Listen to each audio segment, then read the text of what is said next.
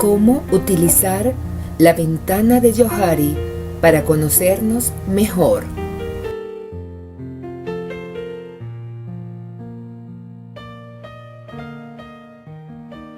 Recordemos que la ventana de Johari tiene 4 cuadrantes. Cuadrante número 1, área pública. Cuadrante número 2, área privada. Cuadrante número 3, área ciega.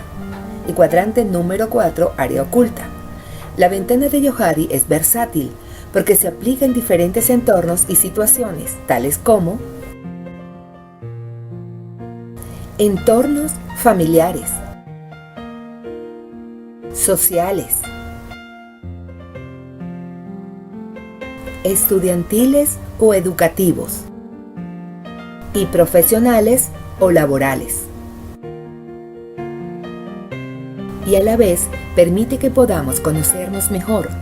Este último punto es bien valioso porque muchas veces no nos conocemos realmente.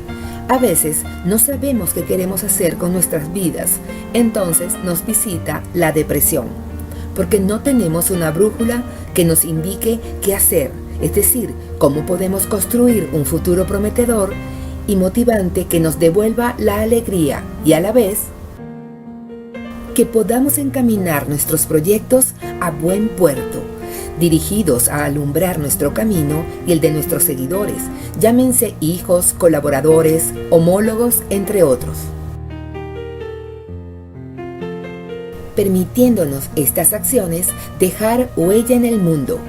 Consiste en concientizar que no somos unas plantas o animalitos que nacen, crecen, se reproducen y mueren. Los humanos debemos ir más lejos, es decir, dejar un pequeño legado de nuestro paso por esta vida. Es preguntarnos: ¿cuál es mi regalo para este mundo? Justo esta herramienta nos permite conocernos bien, siendo capaces de descubrir qué queremos de la vida, qué nos atrae o fascina, qué nos agrada, cuáles son nuestros miedos, qué no nos gusta, qué ven los demás en nosotros, llámense fortalezas o debilidades o ambas. Increíblemente, esta herramienta nos ofrece la proyección buscada, permitiéndonos armar o construir parte de una planificación estratégica personal.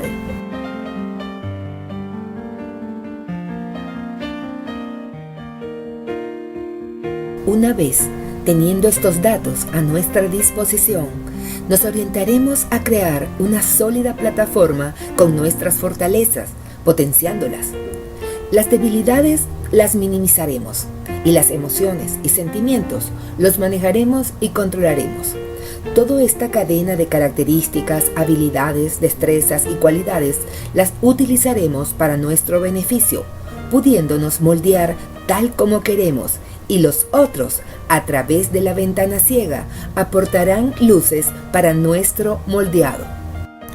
Al permitirnos la ventana de Johari ser conscientes de nuestra personalidad, nos ayudará a fortalecer vínculos con los demás a través del feedback o retroalimentación. Empezaremos a reconocernos. Recordemos que hay áreas que nos permite conocernos a nosotros y hay áreas que desconocemos. Justo esas áreas nos permitirán dar nuestros primeros pasos y de esa forma fluiremos mejor en los entornos sociales, familiares y profesionales. ¿Qué tipo de información procesaremos? Necesidades, pasiones, hábitos, valores, metas, miedos, experiencias, virtudes, sueños, prejuicios, motivaciones, vicios y excesos.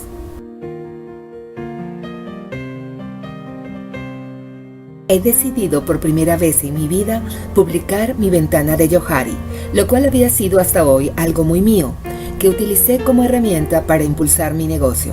Espero sea de provecho para todos, ya que el dominio de la misma les acercará más rápido a sus sueños y anhelos. El diagnóstico de mi ventana de Johari se remonta al año 1990. Trabajaba en ese entonces en una empresa transnacional. Ocupaba el cargo de gerente de selección y adiestramiento.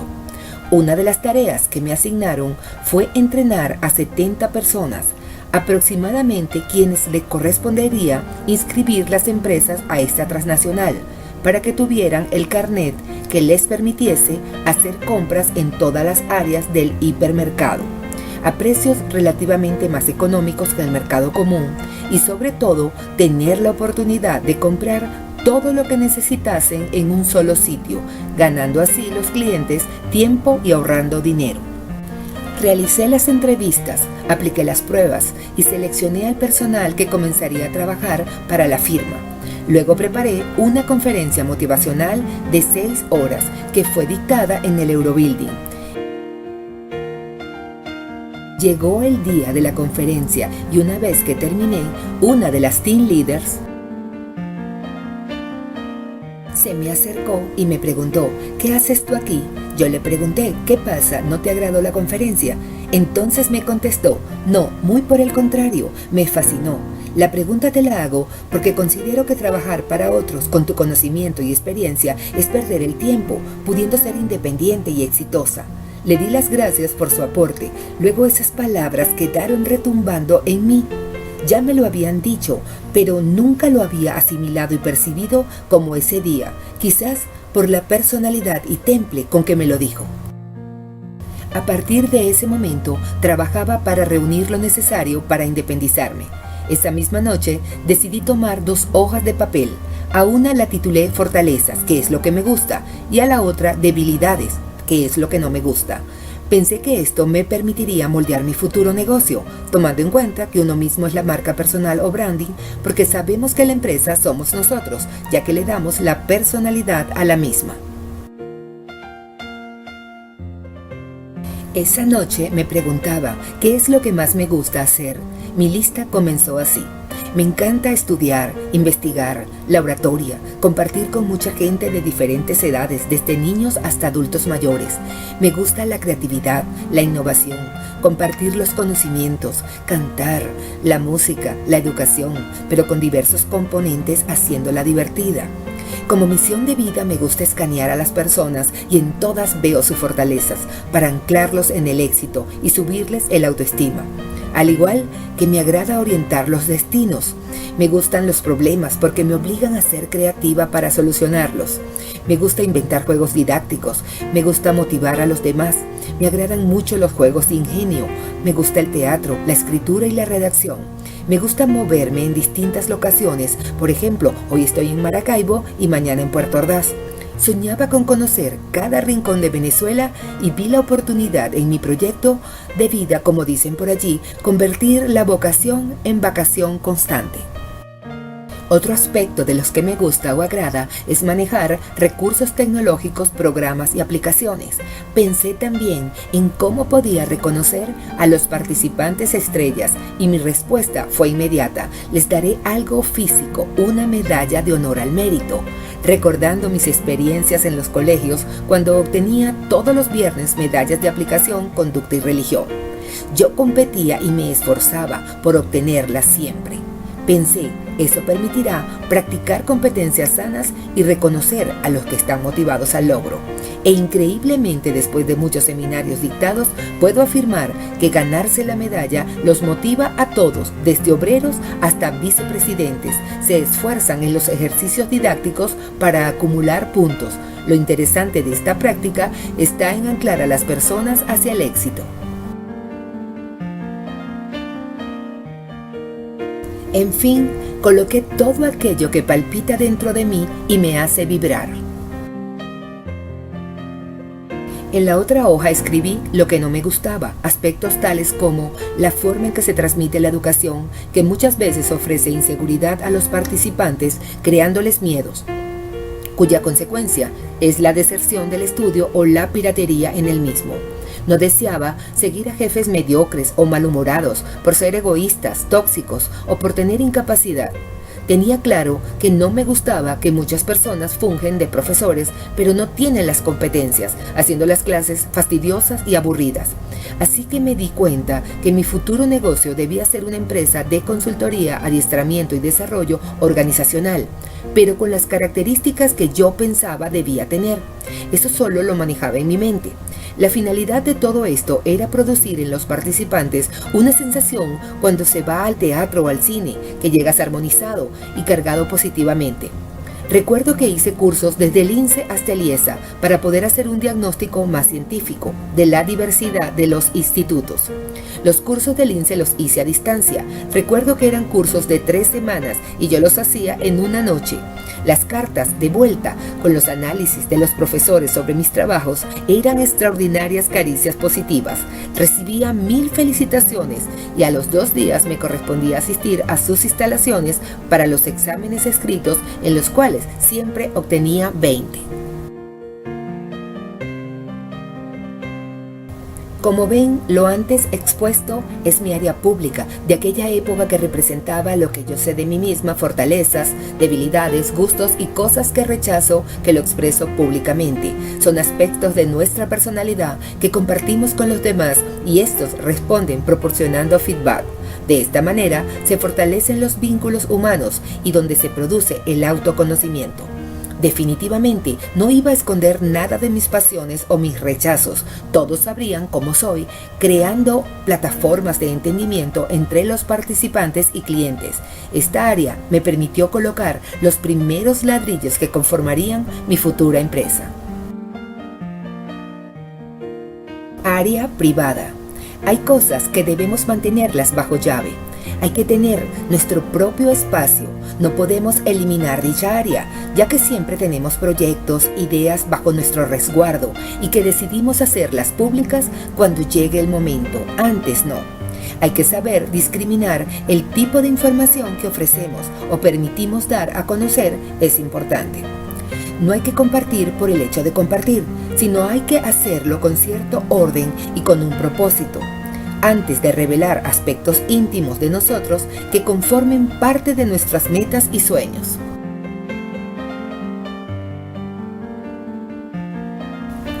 Ahora vamos a estudiar mi ventana privada de esa época. Aunque trabajaba fija en esa empresa transnacional, decidí dictar seminarios los sábados para vivir la experiencia y confirmar mis tendencias. En esa época yo soñaba con cambiar los horarios a mi favor. Por ejemplo, trabajar hasta las 5 de la madrugada y levantarme a las 9 o 10 de la mañana, porque siempre me ha agradado más la noche para trabajar. Soy más rápida y las ideas me llegan en cola. Definitivamente soy un búho, no una alondra, porque mi reloj interno me marca esas pautas. Eso no se lo contaba a nadie, era un secreto en esa época. Pensaba que quizás la gente se burlaría por estar en contra de la corriente. Eso no quiere decir que cuando me corresponde madrugar no lo haga, ya que la responsabilidad con los clientes me hace estar 1 hora antes del comienzo de los seminarios, ya que llegar tarde considero que es un irrespeto a la gente, pero cuando realizo diseños o elaboro películas, lo hago en las madrugadas. Otro secreto que tuve bien guardado fue mis intenciones de independizarme, porque mi papá no estaba de acuerdo. Me decía, ¿cómo vas a dejar algo seguro por algo que no sabes cómo te va a ir? Entonces me moví sigilosamente en ese contexto. Él decía que el sueldo de vengado en la actual empresa era muy bueno, y es cierto, mi suegro en esa época era vicepresidente de una aerolínea y él, siendo doctor en ingeniería aeronáutica, ganábamos el mismo sueldo con gran diferencia de edad y yo con un grado menor a él. Otro aspecto que debía pulir era mi timidez, pero cuando digo pulir era porque nadie lo notaba, era un sentir interior muy mío.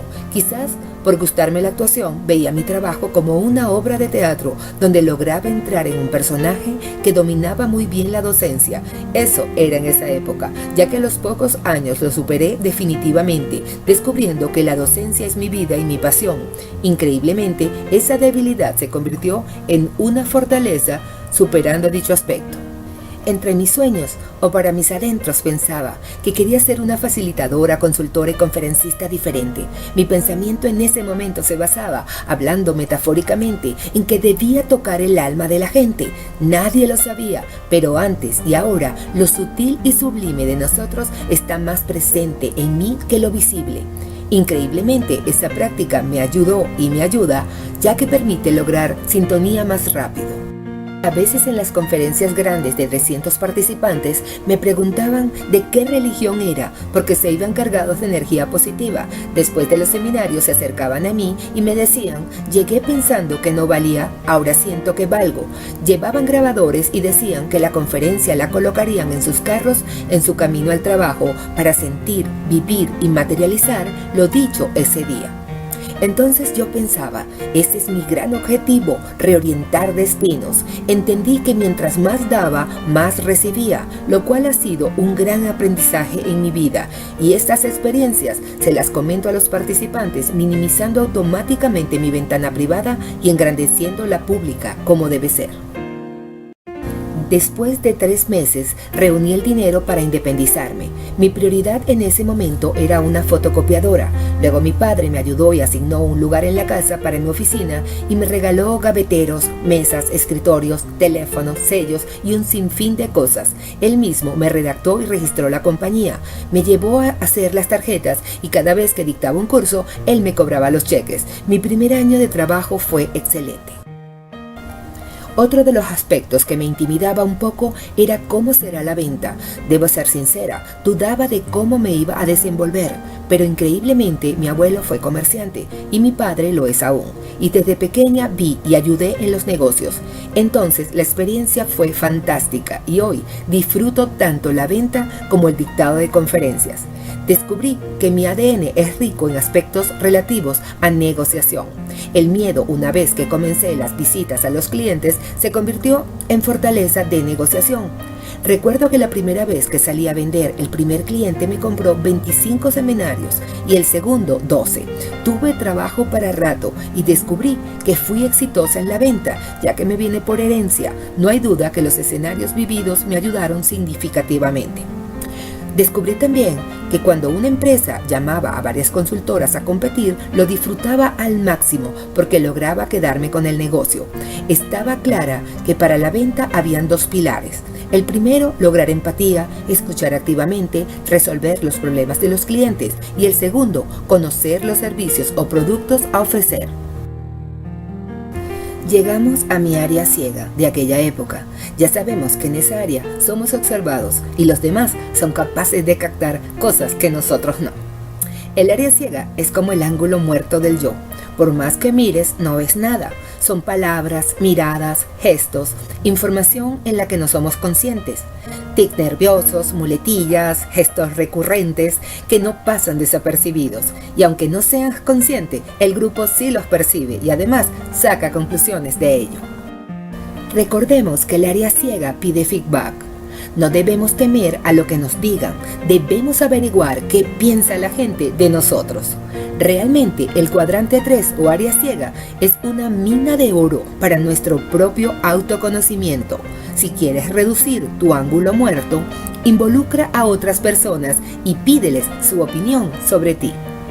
Al igual que hay que escuchar detenidamente la retroalimentación que nos ofrecen, porque nos permitirá fortalecer aspectos positivos y minimizar o eliminar las debilidades.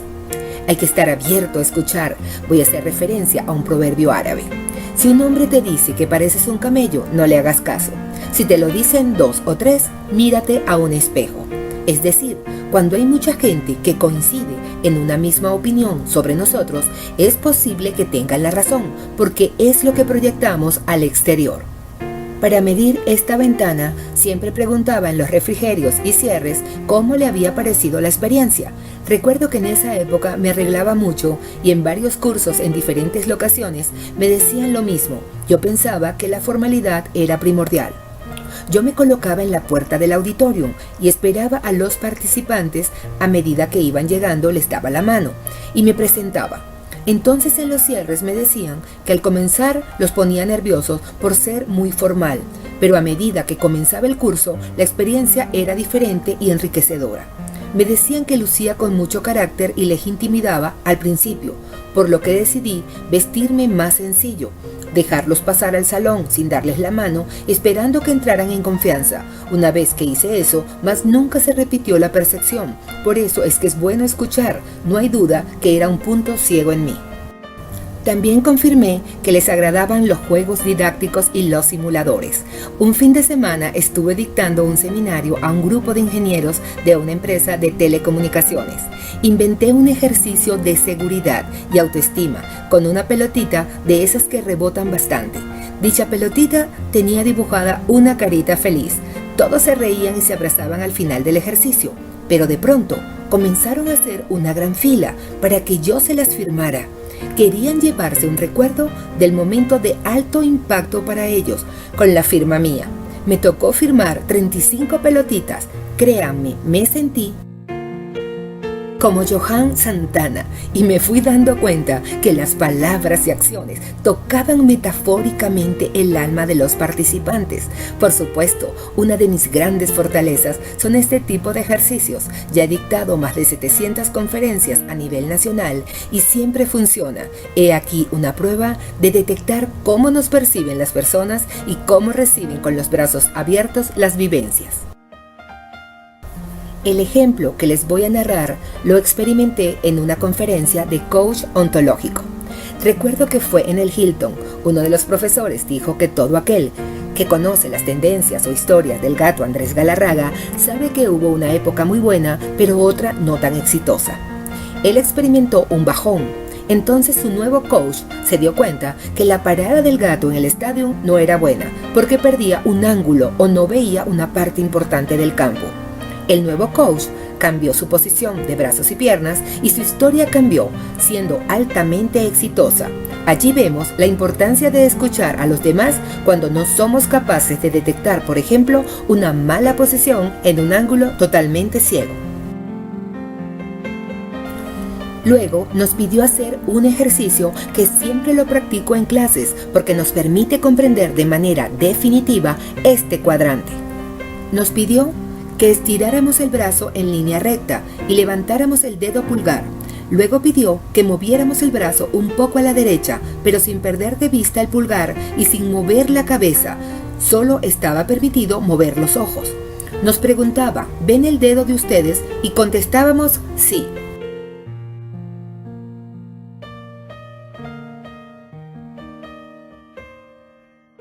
Luego decía, córranlo un poco más a la derecha, pueden mover los ojos, mas no la cabeza, ¿lo ven? Y decíamos que sí. Pero ya cuando el ángulo queda más allá de nuestra cabeza, es imposible ver nuestro pulgar. Nos preguntó, ¿pueden ver su pulgar? Y todos dijimos no. Eso es correcto, pero ¿pueden ver el pulgar de los demás? Todos dijimos sí. El profesor dijo, esa es la ventana ciega. Eres incapaz de ver tu dedo o pulgar, pero los demás sí lo pueden ver.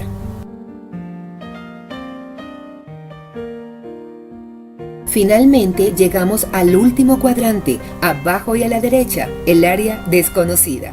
La parte más misteriosa del subconsciente que ni uno mismo ni los demás logran percibir. A estas alturas, habrás escuchado infinidad de veces que salir de la zona de confort te permitirá descubrir más sobre ti mismo. Definitivamente, nos tenemos que poner a prueba. Debemos explorar que hay más allá de las capacidades conocidas. Si no investigamos, no vamos a descubrir nuestros talentos, capacidades y habilidades ocultas. Según vayan saliendo a la luz, iremos construyendo una mayor conciencia de nosotros. Igualmente, si tenemos quiebres emocionales, debemos solicitar la ayuda de un terapeuta. En esa parte de la ventana se encuentran los sentimientos reprimidos, miedos desconocidos, fobias y comportamientos condicionados desde que éramos niños o muy jóvenes. En mi caso, le tengo fobia a las cucarachas. Un día estaba dictando un seminario en Calabozo, estado Guárico, y apareció una cucaracha inmensa, parecía una tortuguita. Allá son gigantes. Enseguida pensé, este insecto tiene una caparazón tan gruesa y grande que para matarla será a balazos.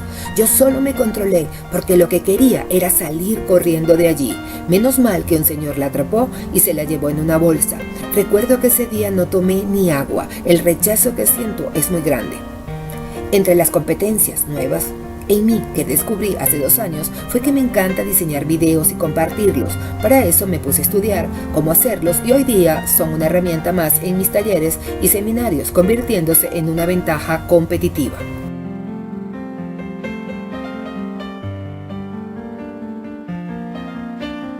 Tras este repaso en las 4 áreas de la ventana de Johari, en mi caso personal, hay que recordar que las líneas que dividen los 4 cuadrantes son móviles.